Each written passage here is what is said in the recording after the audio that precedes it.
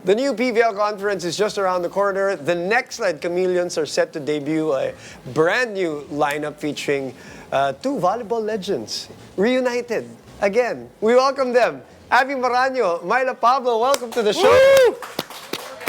The reunion you did not think you needed. Correct. Tama ba? Masaya ako. Oh, I'm sure, sana. Hindi, yung totoo. Oo, totoo. Masaya ako. Hindi ako masaya. Talaga ba? Oo.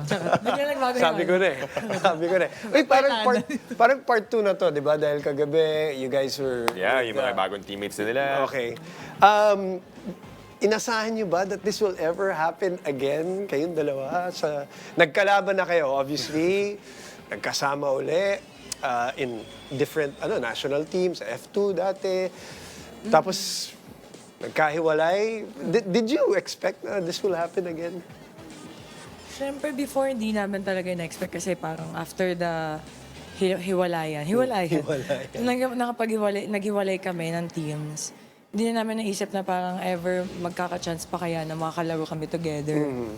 And then, just recently, siyempre, na alam naman na kung ano yung nangyari sa previous team ko, I was actually praying and manifesting na mapunta ako kung nasan si Myla. Really? Tapos nag-uusap na kami, December. Alam niya yung mga anxiety ko. Siya yung kinukulit-kulit ko. Although, hindi ko alam kung na-anticipate na din niya. Basta, I think both of us are praying for it as well. So, hindi lang ako, kasama siya sa nagpe-pray, madami nag-pray. So, ginat ni Lord. Wow, Feeling. interesting. Minanifest mo talaga Manifest na magkasama kayo ulit. Was it the same for you, Myla? Just to confirm, ano yung parang ikaw yung thought process mo nung nangyari yung nalaman yung news na, of course, Peltregaz will take a leave of absence. And ikaw, ano yung parang ginawa mo nun or parang inisip mo that time? Well, hindi ko din expect na magiging teammate ko si Abby. Kasi nung nag-F2 ako, I think isang taon lang kayo magkasama. Pero yung isang taon namin ni Abby, nagtugma yung personality namin. Yun yung naging bonding namin. And doon ko siya nakilala ng kung ano yung tunay niyang ugali. Nung na-disband yung F2, so syempre nasad kami lahat. Kasi hiwa-hiwalay kami lahat nila Ara, nila Kiana, sila Joel. And after nag-LO yung Petrogas and nag-disband yung Cherry. So, sabi ko, inas ko siya, Tabi, may team ka na ba? Ganyan. Sabi niya, may wala pa. Sabi, pero nag-try out daw siya sa ibang team. So sabi nga ni Abby, lahat ng anxiety niya, alam ko. Kasi ako yung nakakausap ni Abby. So, tinutulungan ko siya. Kumbaga, di, Abby, okay lang yan. Kilala kita, alam ko na may kukuha sa yung team kasi kilala kita kung paano ka maglaro. And after that, na parang inausap ko si Ate Cha, Ate Cha, baka try natin help si Ate Abby. For sure naman, mas makakatulong siya sa team natin just in case na makuha natin. Kasi I know Abby kung paano siya maglaro, kung paano niya dalhin yung team, kung paano niya i-motivate yung mga kasama niya sa loob ng court. And parang malapit na yung liga, parang na-excite ako. Ay, Ate Abby, parang isa ka ata sa mga kunin ng NextLed. So I'm really happy. Hindi siya madaling proseso. Hindi madaling proseso talaga. I'm sure. Yes, you wanted to say, Kasi, during the time that we were talking about it, hindi rin niya alam na parang magli-leave of absence yung Petrogas. Correct, yeah. So, when I was talking with managers or my manager talking to managers and teams, wala din alam talaga, wala pang kasagutan kasi everybody's busy sa recruitment. Dahil ang dami nga. Ang dami. Tapos, syempre, yan, nabanggit siya, nag-training ako with other teams, ganon. So, ang tagal ng proseso. Si Ate siya, hindi rin siya kagad nakaka-respond sa akin. Even Z, hindi siya nakaka-respond. Kasi nga, sobrang daming, ang busy ng NextLed. Sure, I'm sure. That was the time na busy sa mga things to fix and process. But though, come first week of January, the good news came. Luminaw na, okay. Eto din, nag-message sa akin, Chi, okay ka lang? Kamusta? May balita ka na ba? Ganun. Wala din akong balita. Ganun. Tapos until one day, tinawagan na ako. ayun na yung tinawagan ko na din siya, Mai, this is it. Oh.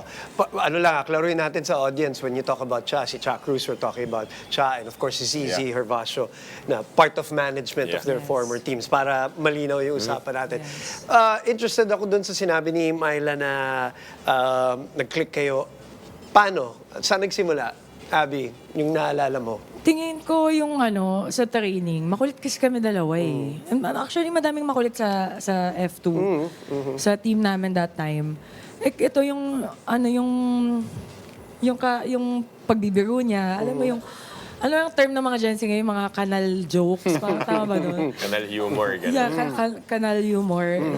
Akma kami dalawa. And many other teammates, ganun din yung mga ganap. Mahilig siya crack ng joke during training.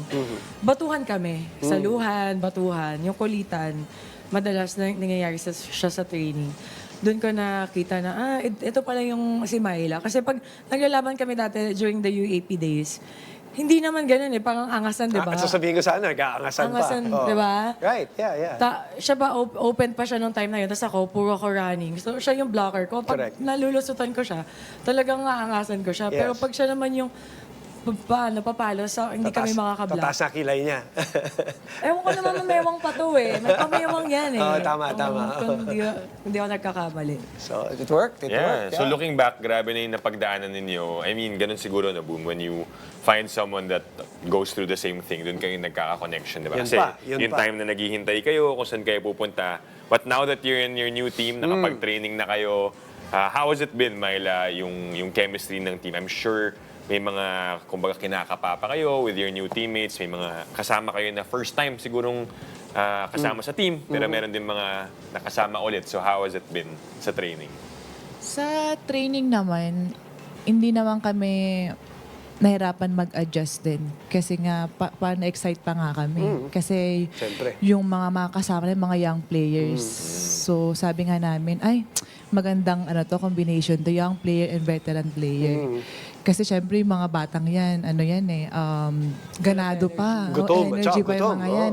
Kumbaga, ganado pa maglaro, may gustong patunayan. So kami as a veteran naman, hindi natin sinasabing magulang kami na maglaro. Pero ginaguide namin yung mga bata. Tsaka nakakahawa yun, I'm sure. Kaya nga sabi nga namin, parang sakto to kasi bata tsaka veteran. So parang magiging maganda yung performance namin this conference kasi andyan yung bata na kung ano yung mga kailangan namin, i-guide din kami. Kami naman as a veteran, i-guide din namin sila kung ano yung magiging makakabuti sa team namin. So, Abby, parang dahil nga veteran na kayo, napagdaanan nyo na lahat sa PVL, no? Is this parang as easy as plug and play lang? Bagong team, kaya mo kagad mag-adjust, mas marunong ka na mag-adjust? Or hindi rin? Meron din talagang period pa rin kahit for a veteran like you? Hindi siya mahirap. Kasi Okay. for me to be able na makapaglaro sa team na madaming mga players na talented. Tapos yun nga, nabanggit niya mga bata na I would say very respectful. That's really important for me. And may discipline. So hindi siya hindi siya naging mahirap. Naging Okay. madali siya for me kasi ako yung tipo ng tao na meticulosa pagdating sa like sa call time, sa pag-ayos, organization. Pambansang kapitan ka nga, Parang di ba? ganon. Oo, alam may na ganon natin ako yan. yung parang observant talaga ako sa first few trainings. Pero dito sa team na to, so far so good. Maayos. Well-orchestrated yung players. And yung sistema ng coach, maayos, pahusay. Madami ako natutunan In fairness, That's kahit good. sabihin na veterana na kami, marami pa kaming natutunan sa kanya. That's good. Oh. Kasi iba nga yung style, di ba? Yes, correct. I think, nandito ako sa phase na I'm unlearning some bad habits Nice. and relearning some from Coach new ones. Ettore. Yeah, that's good. That's a good way Yeah, of which putting brings me to my last question na, yun nga, hindi naging mahirap, but if there's one thing na parang pinaka-challenging for you guys na bilang veterana sa team, ano yung parang ngayon na pinagdadaanan nyo na parang personally, it seems like a challenge for you papasok ng All-Filipino Conference? A new challenge. Yeah. I think personally, syempre, may edad na kami eh. Maraming mga bata na papasok na. May grit, full of energy. And so, sa tingin ko, ito yung parang crucial sa amin na, papalag pa ba? Kaya pa ba? Ganun. May mga galong iniisip eh. Pero at the same time, you know yourself, you know your truth, you have faith in you. So, yun pa rin yung lumalaban. Kaya, I think every single training day, talagang nakikita ko ako, si Myla, ako, and other veteran players in training. Talagang, we're giving our 100%. Wala, same? Same? Yeah, same po yung sinabi ni Abby. Kasi ngayon kasi ang dami ng mga young player na malalakas, mga energy maglaro. Kami kasi as a veteran din kasi hindi na namin kaya yung 100%. sobrang energy na sa loob ng court. Mas Kami matalino na kasi kayo, yan, di ba? Magulang ng konti. Yes. Konti lang, Yes, parang yes. ganon. So, I think talaga yung personally ko naman kasi kung ano yung may bibigay ko sa team ko and also yung leadership sa loob ng court and kung paano ko i-guide yung mga young players namin. That's At yung mga tinutukoy niyo yung mga mas bata, makakausap naman natin Yan. pagkatapos niyo. But you'll be back with us later, ladies. More with the next Ed Chameleons after the break. Stay tuned. You're watching Starting Lineup.